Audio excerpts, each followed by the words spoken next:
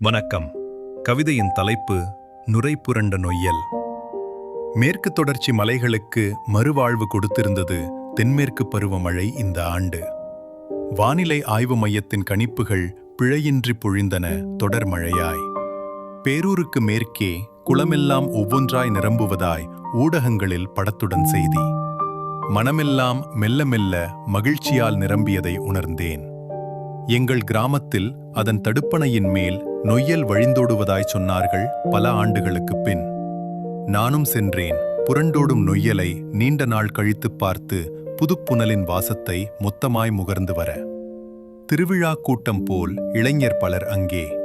நொய்யலை பார்க்க அல்ல, அதன் மேல் பரவி ஓடிய வெண்ணுரையை வேடிக்கை பார்க்க. ஒரு சிலரே என்னைப் போல் ஓடிய நொய்யலை பார்க்க. அந்நுரை பற்றி அனைவருமே வியந்து பேச, அதன் அடியில் மறைந்து ஓடிய நொய்யலை இதுவரை கண்டிரா நிலையில் கண்டேன், வருந்தி வாடி நின்று.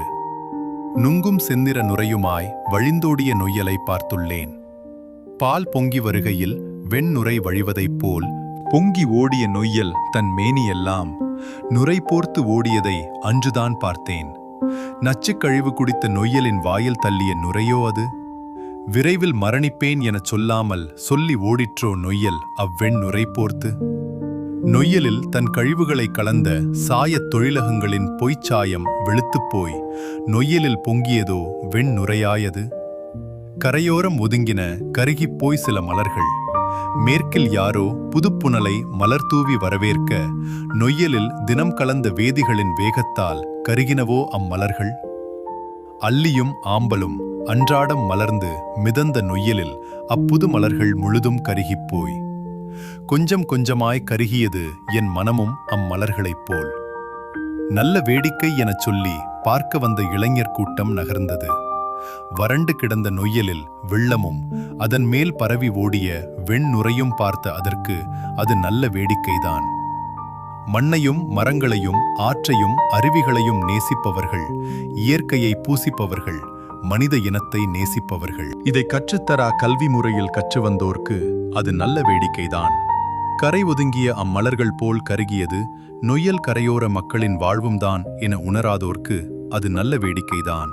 தம் ஊரும் அதை தொட்டோடிடும் ஆறும் அது வளர்த்த நாகரீக வரலாறும் அறியாதோர்க்கு அது நல்ல வேடிக்கைதான். எனக்கோ வேதனையான வேடிக்கை. வேடிக்கை தந்த வேதனையோடு வேதனை எனும் எல்லை தாண்ட முடியா என் கையறு நிலையை எண்ணி வாடினேன்.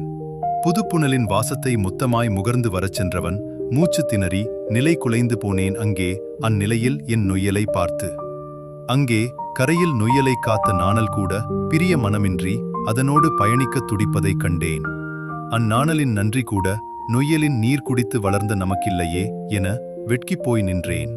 நொய்யலை கெடுத்து நெய்ச்சோறு உண்போரை கையும் களவுமாய் பிடித்து ஊரின் மையத்தில் கட்டி வைத்து தண்டிக்கும் நாள் எந்நாளோ? நதியை கொஞ்சம் கொஞ்சமாய் கெடுத்து தம் நிதியை பெருக்க எண்ணும் இவரெல்லாம் திருந்தும் நாள்தான் எந்நாளோ? பொங்கிய நொய்யலைப் போல் கோபத்தில் நானும் பொங்கி அணையில் நீர் வழிவதை பார்த்து திரும்பினேன், கண்களில் நீர் வழிய. மழை குறைந்தால் அணையில் வழியும் நீர் நின்றுவிடும், இன்றோ நாளையோ என் கண்களில் வழியும் நீர்.